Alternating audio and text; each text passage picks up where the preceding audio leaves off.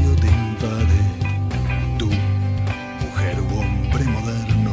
Producciones Siglo presenta Espacio Cultural de la Asociación Uruguaya de Escritores. Lo nuestro es arte. De esta época ruidosa, bulliciosa, no te asustes.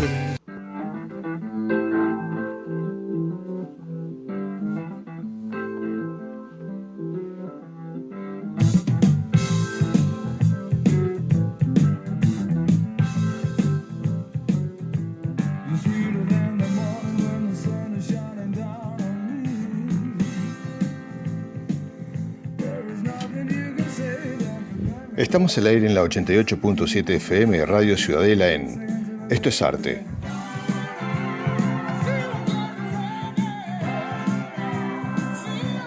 Mi nombre es Daniel Fernández Corch y junto a la periodista Nisa Todaro los acompañaremos en los próximos 60 minutos conversando sobre distintos artistas nacionales y extranjeros. En la cabina de control y soporte técnico está presente Esther Ferreira y Roberto Lagarde. Esto es Arte es un programa que representa a la Asociación Uruguaya de Escritores, AUDE. Nuestra página web es audeuruguay.weebly.com. Nuestro correo electrónico para aquellos que quieran contactarse con nosotros es asociacionuruguayaescritores@gmail.com.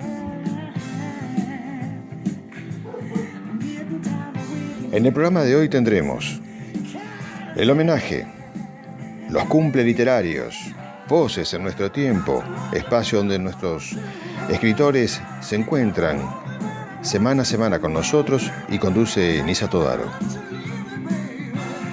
Aventurera de la historia, entrega semanal de Isabel Sotelo de Francini desde Francia. La cartelera de espectáculos. Con ustedes, Esto es Arte 2020.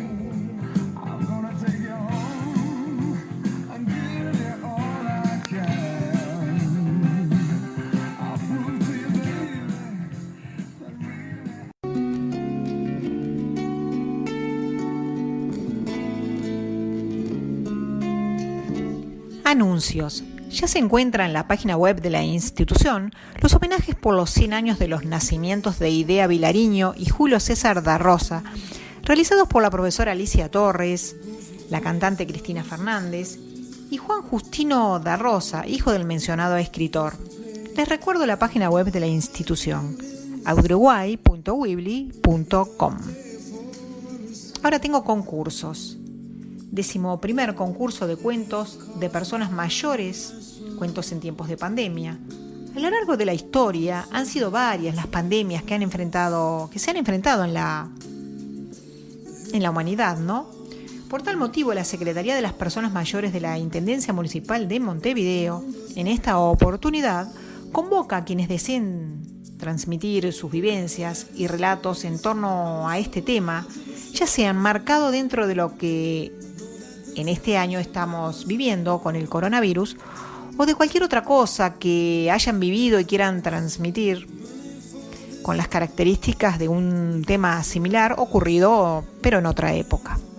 Podrán participar solo con un cuento, personas a partir de los 60 años. Debe ser inédito, real y escrito en español. El plazo para la recepción de los trabajos vence el 11 de diciembre. Otro concurso, este es en Argentina. Primer concurso literario diario Tinta Nova. El género es relato y poesía. La temática tendrá que tener presente el COVID-19 en mayor o menor medida. Esta realidad, sus implicancias, el uso de la virtualidad, la falta de afecto físico, etc. El premio consiste en la publicación. Las bases para estos dos concursos ya se encuentran disponibles en la página web de la institución, que les voy a repetir cuál es: auduruguay.weebly.com. Bueno, hasta ahí voy con los anuncios que teníamos previstos para el día de hoy.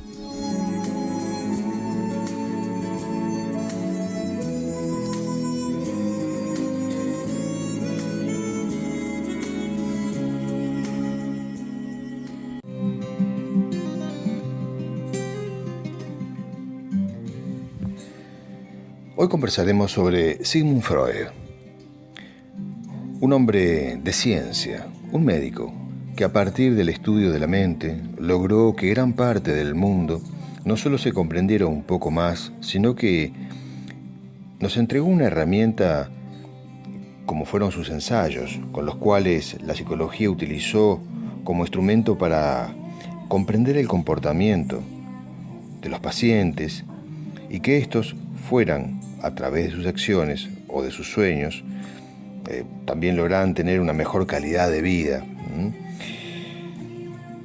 Un hombre controvertido, además, que luego lo comentaremos.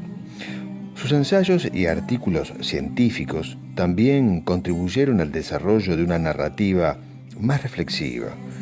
Muchos escritores se basaron en los estudios de Sigmund Freud para desarrollar perfiles psicológicos, muchas veces aterradores.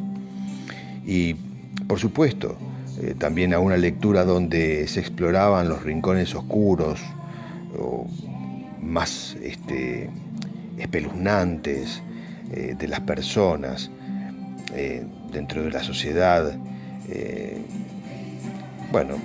y también lograr extraer aspectos que hasta entonces no eran considerados, no solamente los más complejos, a veces aquellas personalidades escondidas que hemos visto desarrollar por tantos escritores. Sigmund Freud lo convulsionó todo, desde lo científico hasta lo creativo. Creo que fue un despertar de la conciencia para el ser humano promedio que hasta entonces no consideraba algunas cosas de las conductas sociales de las personas. Si quieres vivir, prepárate a morir, dijo Sigmund Freud. Otros científicos de la época, antes de Freud, estudiaban lo mismo, como sucede en todas las áreas, pero Sigmund poseía una claridad de ideas que las supo transmitir en sus escritos. Y esto fue clave para que todos entendieran lo que él proponía. Sigmund Freud nació el 6 de mayo de 1856 en Moravia, hoy República Checa. Luego, con la familia se trasladaron a Viena, donde su padre tenía un negocio. En su adolescencia se interesó por el idioma español y con un amigo fundaron una sociedad secreta, a la cosa de muchachos, ¿no? A la que llamaron Academia Castellana. Pero ¿saben qué? En esta asociación que hizo con su amigo, creo que lo utilizó como pretexto para estudiar las obras de Miguel de Cervantes. Ya aquí estaba demostrando su capacidad creativa e interpretativa y su interés por la literatura. También podría asegurar que este espacio en la Academia Castellana, si bien fue, como podría decirlo, es un club de amigos, a él le debe haber servido mucho para analizar y descubrirse a sí mismo y descubrir en la lectura subyacente, en este caso, la obra de Cervantes, pero más adelante lo hizo de forma profesional. En la obra de Cervantes obviamente existe mucho del comportamiento humano. En fin, es solo una apreciación personal. Entre 1884 y 1887, cuando Freud era joven, ¿no? Él publicó una serie de artículos en los que indicaba los beneficios de la cocaína como forma de terapia. También realizó varios experimentos donde demostró que la cocaína servía como anestésico local. Esto fue publicado en 1884 en un artículo que se llamó Sobre la coca. Este artículo estaba dirigido al lector común y creo que ese fue su principal cometido en todas sus publicaciones. Y en este artículo, aclaraba cómo esta planta, que entonces se conocía solamente en Sudamérica, era beneficiaria para seres humanos y otros animales. Incluso el oftalmólogo Karl Kohler puso en práctica los estudios de Freud y logró grandes avances en intervenciones oftalmológicas.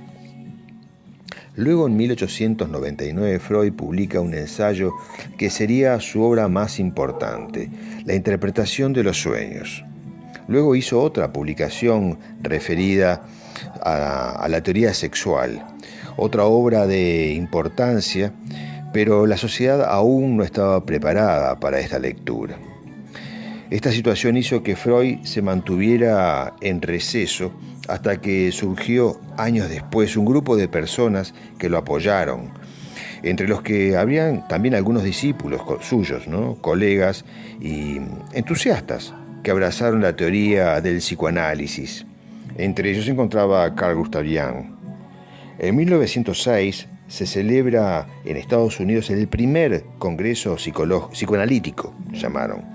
Y en 1910, en Nuremberg, se funda la Sociedad Internacional de Psicoanálisis, dirigida justamente por Jung. Y tuvo en la presencia allí hasta 1914. Entonces también publicó otras obras que fueron el libro de cabecera de muchos escritores y entusiastas. Uno fue, lo mencioné recién, La interpretación de los sueños, una publicación de 1899. El otro fue 3 ensayos sobre teoría sexual, en 1905 fue la publicación. Luego, en 1917, publicó Introducción al psicoanálisis. Más adelante, en 1923, publicó El yo y el ello. También publicó El malestar en la cultura en 1930 y tiene otros libros más. No todo lo que estudió y publicó Freud fue aceptado, cosa que les decía al comienzo de esta conversación. Tuvo sus detractores hasta el día de hoy, pero no es eso lo que nos interesa a nosotros en este programa, sino demostrar un ejemplo de cómo un científico trabaja y logra publicar los ensayos con un lenguaje que puede ser comprendido por todos, y esto se consigue con la claridad de las ideas. Pero fundamentalmente Freud lo que hizo fue introducirnos a una lectura del complejo mapa interno de los sueños o de otras variables del yo que hasta entonces no estaban al alcance de los escritores y del lector común. Si bien Freud fue atacado por otros investigadores y por grupos feministas que lo consideraron misógino, Freud impuso un lenguaje nuevo en una sociedad que apenas había considerado los aspectos que él trataba, como por ejemplo el modelo estructural de la mente dividido entre el ello, el ego, el yo y el superyo. Creo que hoy se discute si el psicoanálisis pertenece o no al ámbito de la ciencia. Creo que esa discusión aún está planteada. Algunos dichos de Freud que definen un poco su persona en el humor, en la ironía o en lo reflexivo. Él dijo lo siguiente: he sido un hombre afortunado en la vida. Nada me resultó fácil. Fumar es indispensable si no se tiene a nadie a quien besar. Uno es dueño de lo que calla y esclavo de lo que habla. Y por último, recordaremos otra frase de él. La ciencia no ha producido un medicamento tranquilizador tan eficaz como lo son unas pocas palabras bondadosas. Realmente, si hablamos de claridad de ideas, más allá de si uno comparte o no comparte las teorías que formuló, no podemos negar que él hablaba y escribía con gran claridad. A propósito, ¿qué es un ensayo? Es una síntesis explicativa del género literario, ¿no? Un ensayo es como dije recién, una interpretación sobre un tema determinado, filosófico, humanístico, político, social, cultural, deportivo, etc. El ensayo ha sido definido como la ciencia sin la prueba explícita, y acá resume todo lo que dije anteriormente sobre Freud, ¿no? Esto además lo dijo el conocido filósofo español José Ortega y Gasset, que falleciera en 1955. Nada más ni nada menos que el exponente de la teoría del perspectivismo. Esto lo hemos nombrado a José Ortega y Gasset en este programa, en otros programas. La teoría del perspectivismo, que sostenía que toda perspectiva parte de un punto de vista cognoscitivo, o sea que hay muchos puntos de vista que pueden ser tomados como válidos. El mundo no se entiende desde una sola manera, y esto viene como explicación a las teorías de Sigmund Freud que hemos hablado hoy. Finalmente, Freud pone en práctica sus métodos interpretativos en el arte y analiza personalmente obras, como hoy les mencionara, o sea, lo que él hizo de joven con aquel amigo en la Academia Castellana, fue como una introducción a lo que posteriormente, años más tarde, él tratara profesionalmente. Entonces él hace estos análisis, como lo había hecho ya en Cervantes, ahora lo hace con Edipo Rey de Sófocles y Los hermanos Karamazov de Fyodor Dostoyevsky. Su legado influye en las artes y se asocia a la estética vanguardista del surrealismo, admitido por artistas como Luis Buñuel y Salvador Dalí. También tenemos al cineasta Alfred Hitchcock, que lo utilizó en muchas de sus películas. Por eso les mencionaba sobre cómo resaltaron muchos artistas, en este caso Hitchcock también, esos aspectos del inconsciente humano, de esas cosas internas, ¿no? Bueno, pueden ver, incluso podrían ver hoy en Netflix una serie llamada Freud. Es corta, son 8 capítulos, donde se narra la juventud del padre del psicoanálisis, una producción alemana de ahora, 2020.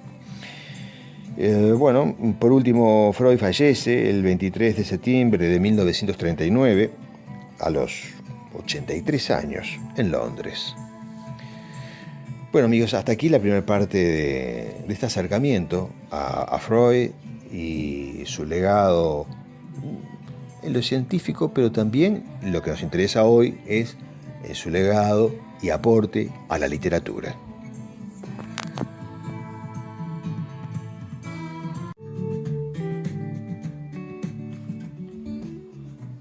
Bien, vamos al primer corte del programa y lo hacemos con un cover de Luis Eduardo Aute. El tema elegido es De alguna manera.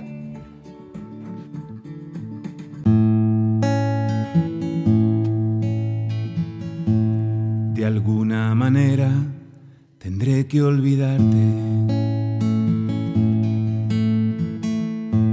Por mucho que quiera, no es fácil, ya sabes. Me faltan las fuerzas, ha sido muy tarde y nada más, y nada más, apenas nada más.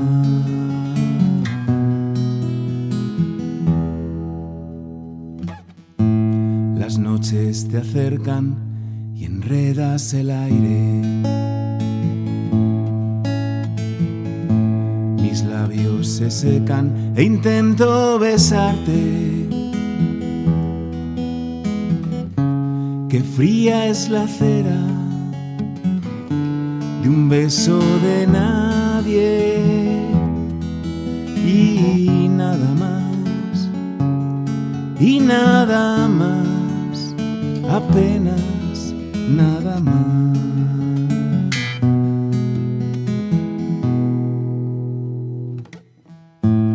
Las horas de piedra parecen cansarse.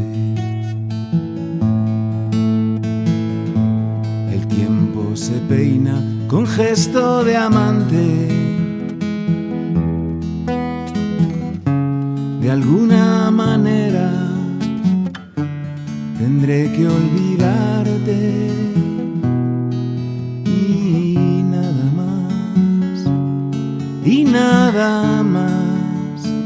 penas, nada más.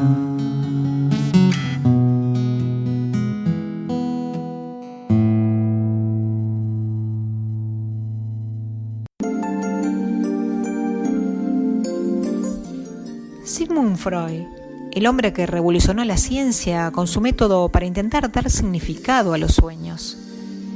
Era médico neurólogo, considerado el padre del psicoanálisis, convertido en una de las figuras más influyentes del pensamiento contemporáneo.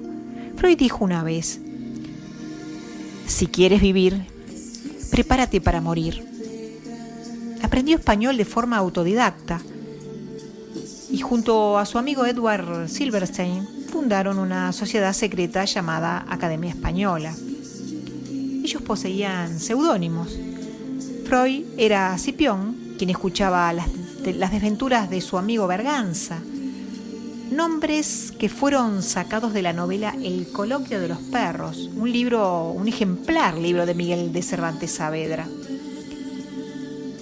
La obra más importante e influyente de Freud fue, sin lugar a dudas, La interpretación de los sueños, que tiene como fecha oficial de publicación 1900. Él consideraba que este libro era el más importante de su carrera, pero realmente fue un fracaso, ya que se vendieron, y a duras penas, 600 ejemplares en 13 años. En 1905 publicó 3 contribuciones a la teoría sexual. Esta fue su segunda novela en importancia. Allí quedó inaugurada una nueva disciplina y una nueva manera de entender la mente humana, el psicoanálisis. El escritor argentino Abelardo Castillo dice que Freud analiza la incapacidad esencial del psicoanálisis para llegar al centro del hecho poético y reconoce que después de Freud la literatura no se lee de la misma manera. El texto más visitado por los psicoanalistas de Sigmund Freud es El delirio y los sueños en la gravida de Jensen, porque aspiran a descubrir los enigmas de la creación literaria, y es en realidad, según dice Castillo, el que demuestra la incapacidad esencial del psicoanálisis para llegar al centro del hecho poético. El propósito de Freud en este libro es realmente fascinante. No va a analizar la neurosis y buscar la cura de un personaje de la novela, sino los sueños de ese personaje, sueños inventados, o sea, sueños no soñados por nadie. Castillo continúa diciendo que si la creación poética es una operación análoga al soñar, el sueño del personaje de una novela es como un sueño a la segunda potencia. Si utilizamos palabras de Edgar Allan Poe, sería un sueño dentro de un sueño. En el análisis de Gravida de Jensen no quedan restos.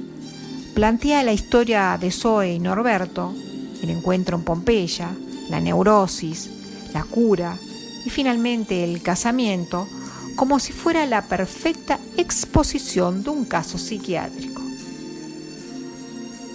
Freud, resalta Abelardo Castillo,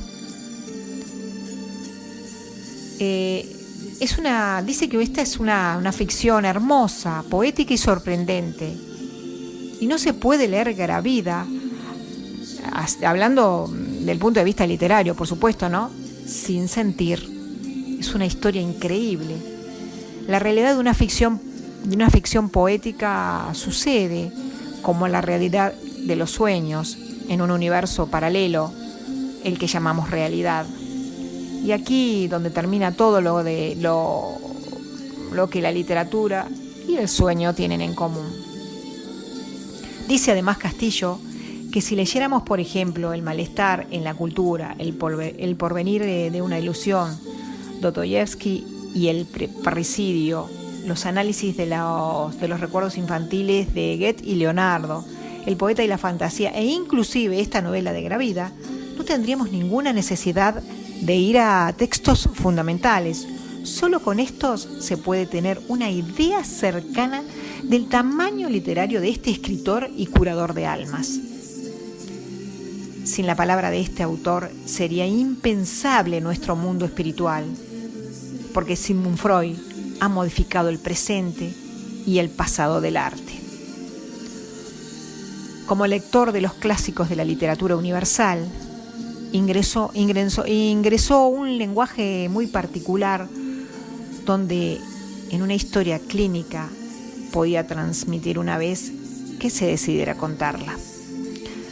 Por eso los historiales freudianos son realmente verdaderas obras de literatura, porque tienen una prosa sutil y una flexibilidad dramática que es incomparable.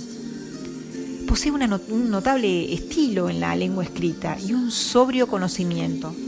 Transmite con claridad, con la misma claridad que tiene sus ideas. Su estilo es inconfundible. Logró, desde su escritura, hacer hablar al silencio.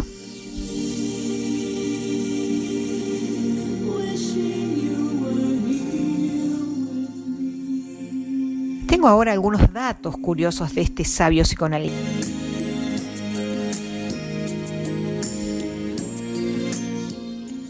Cuando murió, sus cenizas fueron colocadas en una urna de la antigua Grecia, regalo de Mary Bonaparte para él. Al morir su esposa, sus cenizas también fueron colocadas en la misma urna, guardadas en el crematorio de Golders Green de Londres. En 2014, unos ladrones intentaron robar las cenizas, pero felizmente sin éxito, aunque dañaron la urna de más de 2000 años de antigüedad. Otra curiosidad es que en su honor se le dio la denominación de Freud a un pequeño cráter de impacto lunar que se encuentra en una meseta dentro de Oceanus Procellarum, en la parte noroeste del lado visible de la Luna. Otra curiosidad es que Mary Bonaparte, amiga de Freud, intentó conseguir visas para las hermanas del psicoanalista, pero no lo consiguió. Al escapar, ellas fueron apresadas en campos de concentración, donde posteriormente fueron asesinadas. Y otra de las curiosidades que traje para hoy es que al parecer Freud no le gustaba comprar ropa, solo tenía 3 trajes, 3 mudas de ropa interior y 3 pares de zapatos, pero no se lo consideraba un ser tacaño, porque a lo largo de su vida ayudó económicamente a muchos estudiantes y amigos. Bueno, hasta ahí voy con el personaje que resolvimos con Daniel traerles para el día de hoy.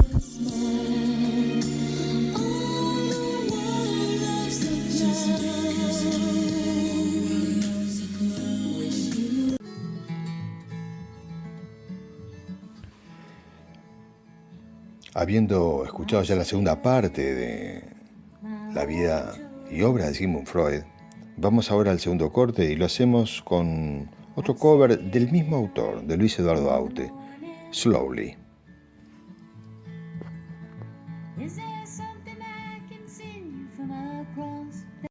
Por más que me encuentre un tesoro en las fuentes del Nilo, quiero bailar un slow with you tonight, tonight. Y aunque seas la Mona Lisa o la Venus de Milo, quiero bailar un slow with you tonight, tonight. Por más que yo sea una bestia y tú seas tan bella, quiero bailar un slow with you tonight.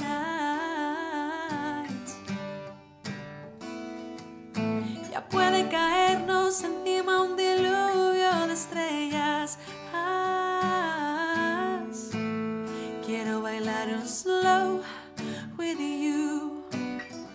Como aquel. Time goes by so slowly. I've hunger for your sha-la-la-la, sha-la-la-la-la, sha-la.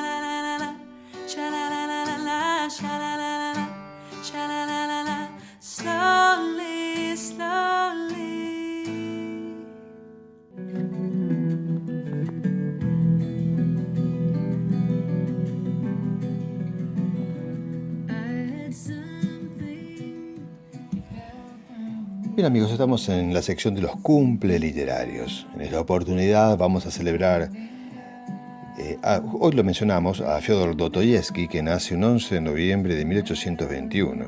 Escritor ruso, autor de Crimen y Castigo y Los hermanos Karamazov, mencionados recién hoy en este programa. También vamos a recordar el nacimiento de Arturo Pérez Reverte, 25 de noviembre de 1951, periodista y novelista español, autor de Capitán a la Triste, El Club Dumas y El Maestro del Esgrima. Arturo Pérez Reverte. También recordamos el nacimiento un 30 de noviembre de 1667 de Jonathan Swift, autor de Los viajes de Gulliver, obra que lanza una dura crítica a la sociedad de su tiempo, en la que refiere a la condición humana, pero bueno, estas adaptaciones que nosotros hemos visto en el cine no aparecen, nunca se vieron, pero sí les recomiendo leer este libro de Jonathan Swift, que realmente Los viajes de Gulliver plantean aspectos de la condición humana, propios como hablamos hoy de Sigmund Freud, pero una dura crítica, se los recomiendo.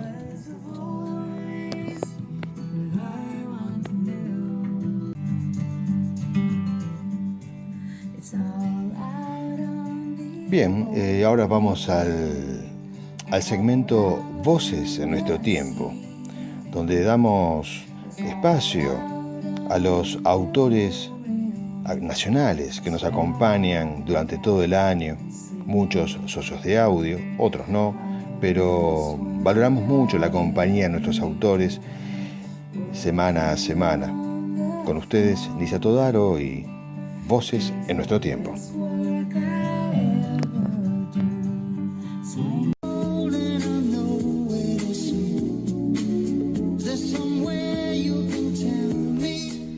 Voy a comenzar Voces en nuestro tiempo con algunas frases de Sigmund Freud. Existen dos maneras de ser feliz en esta vida.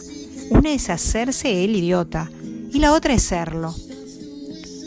Uno es dueño de lo que calla y esclavo de lo que habla.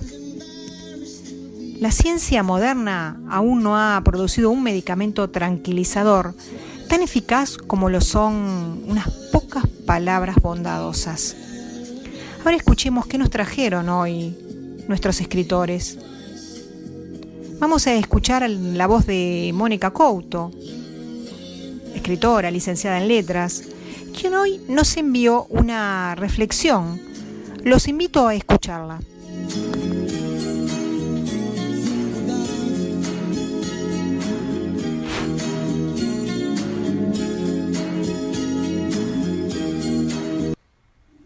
El valor de las arrugas.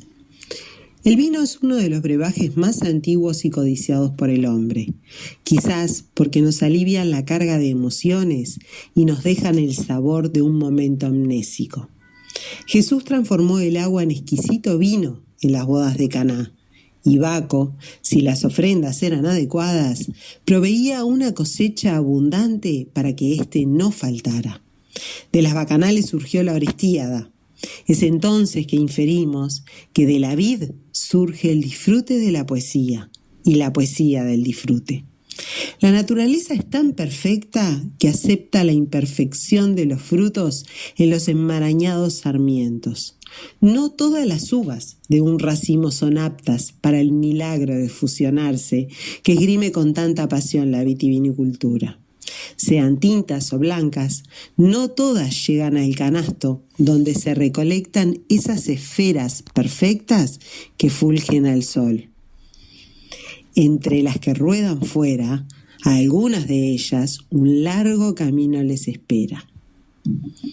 Su camino comienza con la Virgen de Agosto, donde para huir de la peste quedan cautivas dentro de una oscuridad total por donde el aire se enseñorea dándoles rugosidad a sus pieles.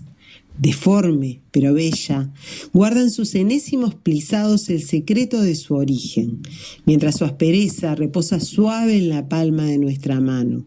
Su aroma de lejanía nos lleva por los confines de nuestras propias esperanzas. Se espejea en nosotros para que su voz se vuelva audible cuando la acercamos al oído y pueda decirnos que somos tan auténticos y únicos como ella.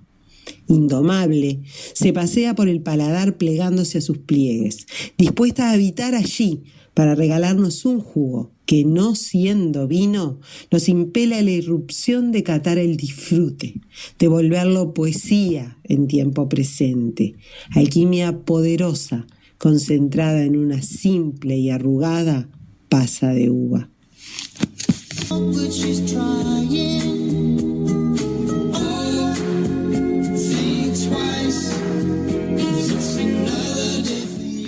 Ahora le toca el turno a una voz muy conocida por todos ustedes, la de María García Marichal, escritora y comunicadora, que colabora en este segmento semana a semana.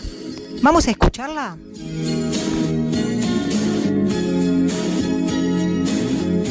Escribió Platón: en ocasiones Dios geometriza. En el inicio era la ausencia. Ardía el interior, ardían los canales de conexión, ardía la superficie en estallidos, derrames de lava, y el magma impulsaba las entrañas que pugnaban por salir. Y era el vapor venenoso que lo envolvía todo. Es un misterio la causa del cambio en el caldo primigenio y caliente, pero algo sucedió. Una luz inesperada, una alteración molecular, una reacción química. Lo cierto es que la vida, microscópica, mutante, insistente, comenzó una carrera de escape. Escapar. Esa fue la consigna desde que los eones se sucedieron en el movimiento constante del cosmos en expansión. La vida rompe parámetros, supera escollos, se construyen estructuras que armonizan mientras siguen la línea inacabable de la sucesión de Fibonacci. La vida original purificó el agua, creó el aire eliminando el veneno, y fueron la luz plena, la lluvia limpia, el suelo en formación. La vida empezó a sentir y buscó en la costa y en el suelo recién nacido espacio para colonizar. Veía, escuchaba, sentía la seda del agua y el viento en las escamas y en la piel. Identificó olores y texturas, se alimentó eligiendo previamente. Su evolución estaba desbocada, aunque golpeara la adversidad transformando su hábitat hasta llevarla al borde de la extinción. Su versátil estructura la mantenía en la espiral áurea de su proyección más allá, siempre más allá, para escapar de la sombra, de la ausencia, del fuego y de los vapores envenenados. Tal vez la capacidad de sentir, en toda la unidad del ser, ese otro misterio insondable construido a partir de fractales tan antiguas como sagradas, fue la fortaleza más perfecta. Cuidar, salvaguardar, dispersarse, procrear, defender, se naturalizaron para asegurar la continuidad en el tiempo. Sentir pasó de los sentidos a la intimidad de la vida misma, de la superficie a un refugio ignoto en el que floreció para transformarse en una incógnita. Y fue la especie Homo. Desde el inicio, cuando era la ausencia, el escape continuó incesante hasta alcanzar el hito de la inteligencia. De esta a la mágica creación de la palabra, poder indestructible, capaz de hacer y deshacer, capaz de manifestar en toda la magnificencia de su significado el sentir, el de las percepciones y el más profundo, generado y activo en el templo de cada individuo. Sentir es percibir, sí, y es amar, padecer, imaginar, odiar, comprender, añorar y tantas otras experiencias que nos enaltecen o nos derrumban. Sentir nos impulsa o nos detiene, nos conecta o nos deja en la desolación. Es como la risa, propia únicamente de esta especie nuestra, magnífica en su búsqueda constante de escapar, demoledora en su capacidad de destruirse en sus individuos y en su hábitat, siempre queriendo saber más y envalentonándose con lo que aprende. Queda una interrogante. Sentir que es parte de la unidad bella y frágil de la vida, ¿hará la diferencia en la continuidad del tiempo a esta nuestra especie?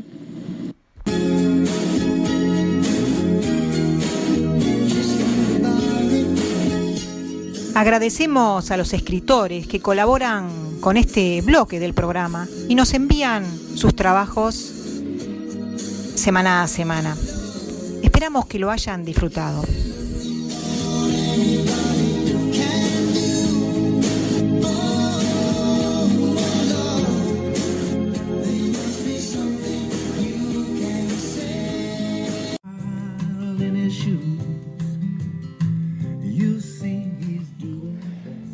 A continuación escucharemos una nueva entrega de Aventurera de la Historia, espacio que nos hace llegar Isabel Sotelo desde Francia, donde nos deslumbra sobre aspectos desconocidos de la historia que sugieren su investigación, aspectos desconocidos también de aquella sociedad antigua, fruto de la apasionada investigación que lleva a cabo en Europa. Every last dollar I ever had. Hola, buenas tardes Nisa, buenas tardes Daniel, buenas tardes a todos, a todo el Uruguay, a toda la radioaudiencia. Un placer estar con ustedes una vez más en esta aventura de la historia. Y qué bueno, hoy tengo para seguirle contando cosas, retomando un poco lo de la semana pasada, que estábamos con lo que fue la figura del rey Carlos VIII, su entorno político-social de la época. Es realmente una época fascinante de Francia, desde el punto de vista de la geopolítica, del punto de vista del poder, del punto de vista de la guerra de religión, del punto de vista de todo, cómo hay que mover las piezas en toda Europa y cómo Francia quería instaurarse como potencia del siglo XV y siglo XVI.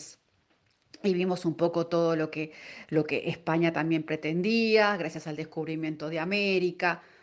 Pero en esta figura de Carlos VIII, bien les digo, que realmente me fascinó la figura, me fascinó la personalidad, me fascinó absolutamente todo lo que hizo en sus errores y en sus aciertos, como todos los hombres, porque antes que reyes son hombres. Y, y en este día en particular, la aventurera se centra en una figura muy interesante de la vida de Carlos VIII, que fue su esposa, Ana de Bretaña. Ana o Anne de Bretaña, como la conocen los franceses, fue una reina muy particular en la historia de Francia. Su origen nace en Bretaña y Bretaña no pertenecía al gobierno francés, no pertenecía al Estado francés y de alguna manera era independiente y lo había logrado. Es por eso que va a pasar muchísimos siglos entre la guerra entre franceses y bretones para que Bretaña sea anexada a Francia recién en 1532 por el rey Francisco I, que hemos hablado mucho de él y seguiremos hablando. Pero antes de esto, Bretaña se mantenía como un ducado aparte, un ducado independiente, rico, fuerte, pero con el interés de toda Europa, porque desde el punto de vista estratégico, Bretaña, de su punto de vista geográfico y político, ha sido muy importante, muy importante. Y todos los ojos de Europa estaban posados sobre la Bretaña y sobre todo los franceses. A todo esto, el gobierno por allá por 1477 estaba gobernado por Francisco II, duque de Bretaña. Y el gran problema de no solo de mantenerse independiente, que siempre era un duque que vivía librando guerras, justamente para seguir en ese estado y de alguna forma no ser vasallo de nadie. ¿Qué sucede? En 1477, concretamente el 25 de enero, nace Anne de Bretaña o Ana de Bretaña. Esta pequeña niña que desde los 4 años para su padre fue de gran interés porque viene a ser un buen partido, un gran partido para todas las casas de Europa. Y nunca, o muy pocas veces, una princesa o una duquesa tuvo tantos pretendientes y tan buenos partidos. sin duda, desde el punto de vista de lo que significaba política y económicamente, aunque no era una mujer fea ni para la época ni para ninguna época, podríamos decir una presencia física agradable, clásica. Y Anne de Bretaña nace ese día, en el año 1477, y a partir de ahí su padre se preocupa por el destino de la Bretaña. Sabiendo que dentro de la ley era una ley semisálica, si no había herederos varones, las mujeres podrían heredar el ducado, pero para esto y para mantenerse independiente, de alguna manera había que reconocerlo en algún tratado. Esto lo hace el duque en 1486. Pero ¿cómo nace esta niña? ¿Cómo nace esta duquesa? Esta duquesa nace en el castillo de Rennes, perdón, el castillo de Nantes. Y allí ese castillo es un castillo muy particular, es un castillo fuera de época, en el sentido de que en el confort y en el lujo que nace esta niña, de lo cual es consciente. Rodeada de una institutriz como la condesa de Laval y otros escritores que forman parte de todo su séquito. Esta niña inteligente, vivaz y de alguna manera interesada por la cultura, por la música y obviamente por los idiomas como el latín y el griego y el hebreo, que no se sabe si realmente llegó a aprenderlo, pero hay siempre distintas versiones. Esta niña en algún momento se debe haber mirado al espejo, pero también ha sido consciente de lo que significaba para el ducado y lo que significaba como buen partido. Es por eso que Maximiliano, el de la casa Habsburgo, el duque, el rey de Austria, y de alguna forma pretendía la mano de esta princesa. El rey Eduardo IV la promete a su hijo cuando tenía 4 años, Eduardo V, que después es asesinado aparentemente en la Torre de Londres. Después, el futuro, también Enrique VII, de la casa Tudor, también hay una alianza, o sea que se promete en futuras nupcias a Ana de Bretaña. Y así sigue. Mismo también a Luis, duque de Orleans, que después será el futuro rey de Francia, Luis XII, y será su esposa en terceras nupcias. Eh, Nunca una mujer tuvo tantos títulos como esta mujer, en la cual por 2 veces fue coronada reina consorte de Francia, además de Nápoles, duquesa de Milán y reina de Jerusalén.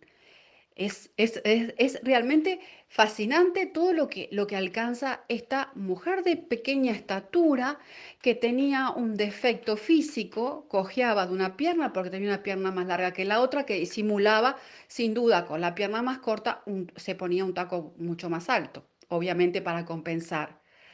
Vivaz y consciente del poder que tenía político y además consciente de la responsabilidad que tenía con Bretaña, de la cual quería seguirse manteniendo independiente, que en vida lo logra.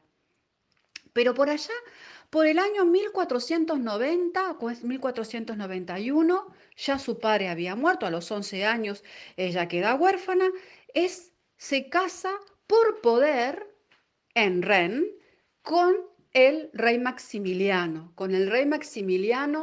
de la casa Habsburgo. Esto, por los espías franceses que había en la corte de Bretaña, llega a oídos de Carlos VIII y de alguna manera entra en guerra con Anne de Bretaña. ¿Para qué? Para exigirle la anulación del matrimonio y casarse con el rey de Francia.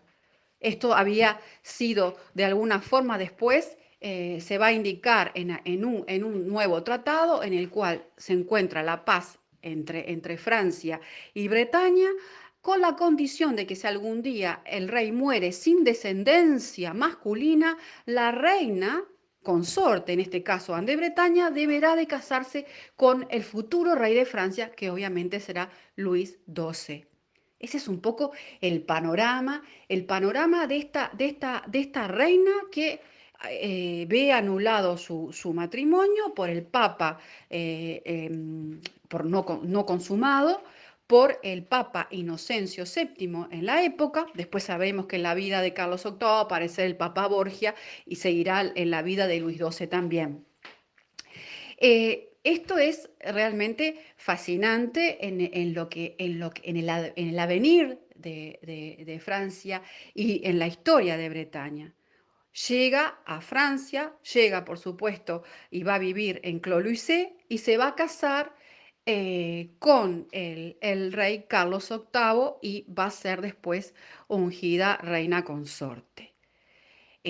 Veremos después qué pasa en esta pareja durante la primera etapa, pero esto se los prometo para la semana que viene, porque realmente es una mujer fascinante y que sin duda da para algún capítulo más en la vida de Carlos VIII. Los dejo con un abrazo inmenso y hasta la próxima.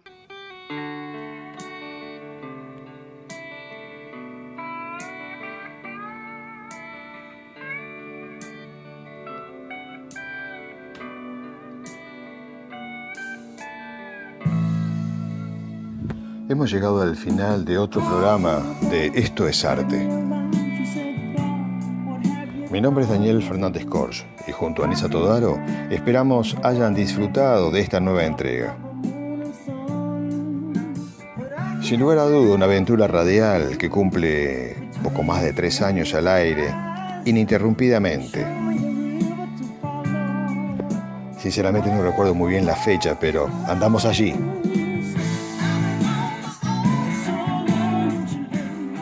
Le mandamos saludos a Marta Estigarribia, Daniel Barbiel, Elba Díaz, Marta Bonilla y Natalia González, encargada de nuestra página web. Amigos, una gran alegría para nosotros haber realizado este programa para ustedes. Nos vemos la próxima semana. Chau, chau.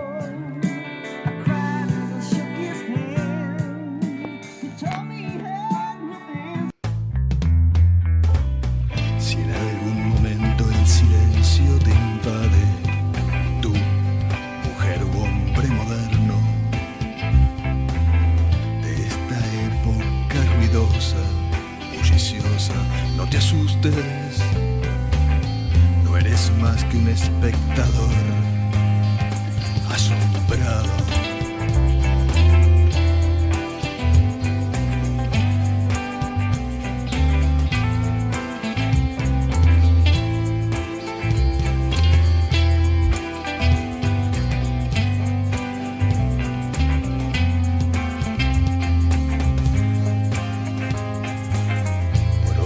Posibles realidades plasmadas dentro del plasma que cobran vida entre nanoceldillas procesadoras del intelecto nuevo.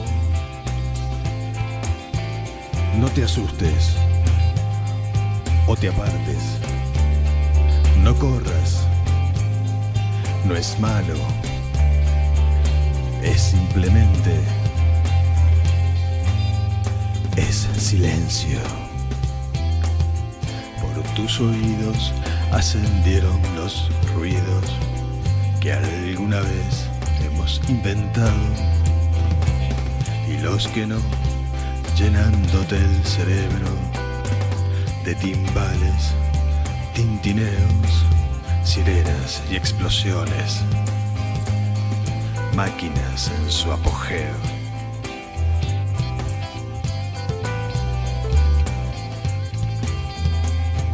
Incluso susurros anónimos ocultos detrás de un velo que parece real.